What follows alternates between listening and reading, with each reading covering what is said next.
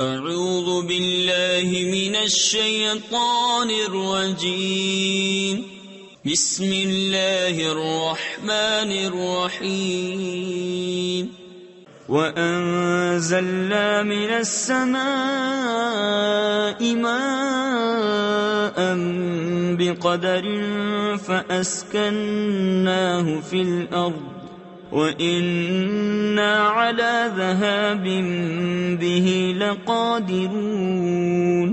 فَأَنشَأْنَا لَكُم بِهِ جَنَّاتٍ مِّن نَّخِيلٍ وَأَعْنَابٍ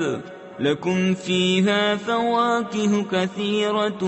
وَمِنْهَا تَأْكُلُونَ وَشَجَرَةً تَخْرُجُ مِن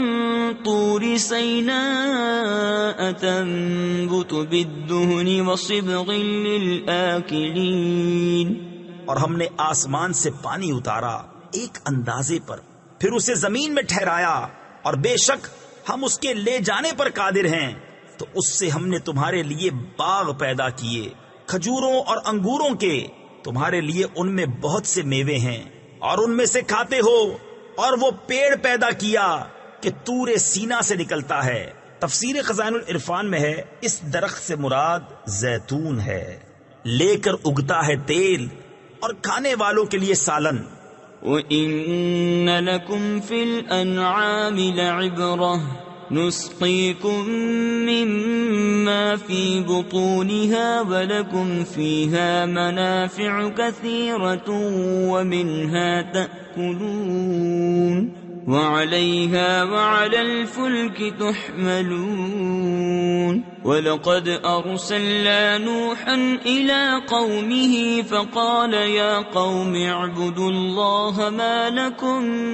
مِنْ إِلَٰهٍ غَيْرُهُ أَفَلَا تَتَّقُونَ۔ اور بے شک تمہارے لیے چوپایوں میں سمجھنے کا مقام ہے، ہم تمہیں پلاتے ہیں اس میں سے جو ان کے پیٹ میں ہے، اور تمہارے لیے ان میں بہت فائدے ہیں، اور ان سے تمہاری خوراک ہے،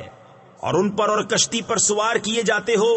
اور بے شک ہم نے نوح کو اس کی قوم کی طرف بھیجا تو اس نے کہا، اے میری قوم،